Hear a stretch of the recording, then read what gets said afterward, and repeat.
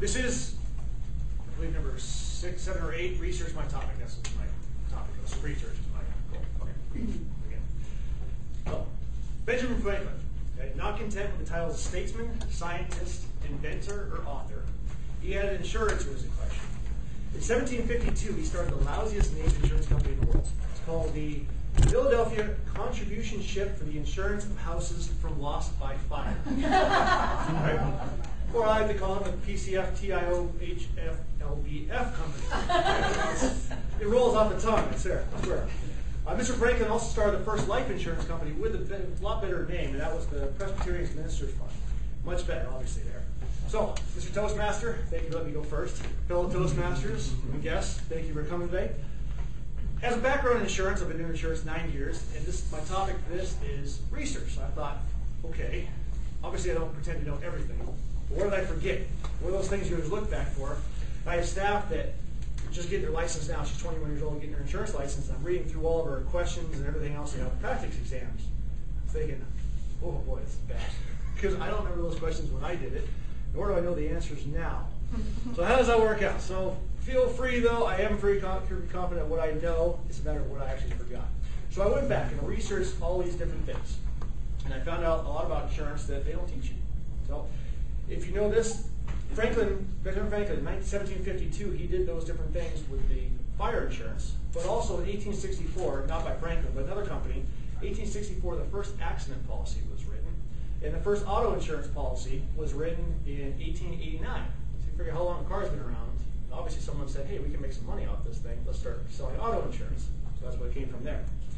And I looked up, okay, let me research this thing. What is insurance? So I looked at Webster's dictionary, where I always go for my dictionary things. And Webster's defines insurance as A, the business of insuring persons or property. Okay? And then B, coverage by contract whereby one party undertakes to indemnify or guarantee another against a loss to a specified contingency or peril. What that means, indemnify basically means to make whole, to get you back to where you were. Now, in basic terms, the way I look at it is insurance is used as a collection of a lot of people for the use of one or minority people. That way, all the loss and the risk is put together across a vacant field. That way, you can insure that one thing for in case a claim comes. Now, the way I look at profitability, a lot of things in my company we look at combined ratio. If you don't know what combined ratio is, that is your collection of all the premiums that is paid. Okay? I'm not getting too technical about it. Math is about to be involved. If you know anything about insurance, I don't do math at all. Okay? But take all those premiums, you put them together and divide that by how much money was actually paid in losses. Okay? That's your loss ratio. Your combined ratio is those two things. So if you divide those out and you get something less than 1, then the company made money. Okay, great. Insurance company makes money. If it's at 1, that means the insurance company broke even. So if you get your premiums that you took in divided by your losses equals 1, you're okay. Now, a lot of times, a lot of companies, you'll see where the combined ratio is more than 1. That means for every dollar that an insurance company is putting out, they're paying out more than $1. $1.05, $1.20, however they're doing it. Now, those are the kind of things you look at, all right, why would a company pay out more than they're taking in? A lot of times, look at that too, where insurance companies are investing this money they're bringing in. Obviously, every day there's not a big catastrophe somewhere in the world, or somewhere in the country, or somewhere in the state, depending on which company you're talking about. So a lot of that money comes in, and now you're paying that money out. Okay. Overall, you're investing the difference. Wherever money left over. So that's a lot of the way the companies make their money is because they're investing that difference. Also, too, when the internet came in, obviously late 80s, 90s, and it started becoming more and more in the 2000s, you see a lot of small companies that focus on one thing. A lot of companies do auto insurance. Like that's their only thing they do is auto insurance. They don't do anything else. And you get the big companies that do multi-line policies, which they do auto, home, fire, health insurance, work comp, commercial. They do a whole lot of different things.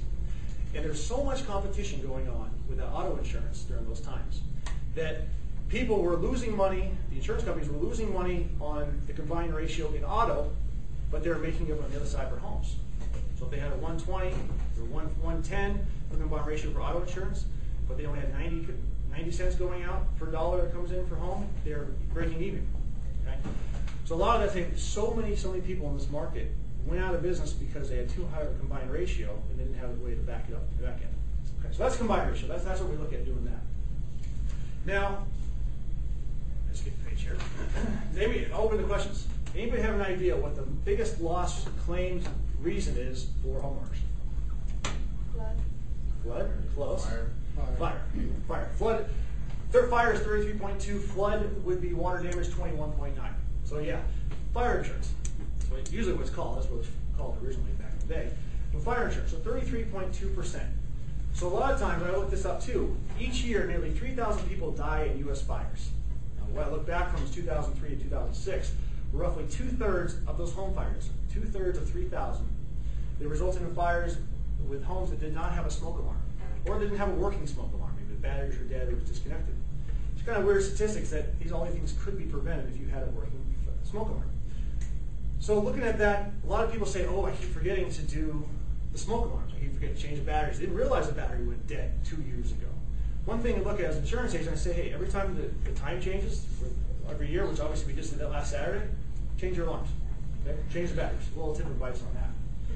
And then also too, one other thing as an insurance agent, make sure you have, if there is a fire, so that deaths and other things, people go missing in the fires, people rush back into the house to save somebody, have a meeting place outside your house also. Okay? Maybe it's 100 feet, 100 yards, wherever you can get safely out of your building and also not get in the way of the firefighters trying to fight your fire. So have that meeting place where everybody can go and know your exit strategy too. Maybe that second story window is the only way out, but that might be the best way to go out. So maybe a rope ladder or some other kind of ladder or just another way to get out of that building. Very important to minimize your losses. And also to a call list. If you do hear about a fire, people have cell phones so much now that they program number 2 is this person, number 3 is your spouse, and however you want to do it. Know all the numbers by memory. Make sure you know your people. Know those numbers that you can call in the case of emergency in the top of your head. Don't say, because you lose your cell phone because you're running out in the middle of the night, you can't call those people. So that was my research, and I thought that was very interesting coming from an insurance agent. I really hope you guys did. I hope you guys take something back. I appreciate your time so much. Mr. Toastmaster. Toastmasters, welcome, and of course, Brian. First of all, Brian, a lot of information. The most impressive thing is you look like an insurance salesman. You came out here, you have the tie on, you look fantastic. Now, a lot of people forget sometimes when you do make a presentation, not necessarily the evaluators, but the people giving the speech, it's always appropriate to look like the person that you're going to be when you present the speech. Now, one of the first things I noticed for you on a more negative note, you looked at your notes right away at the very beginning.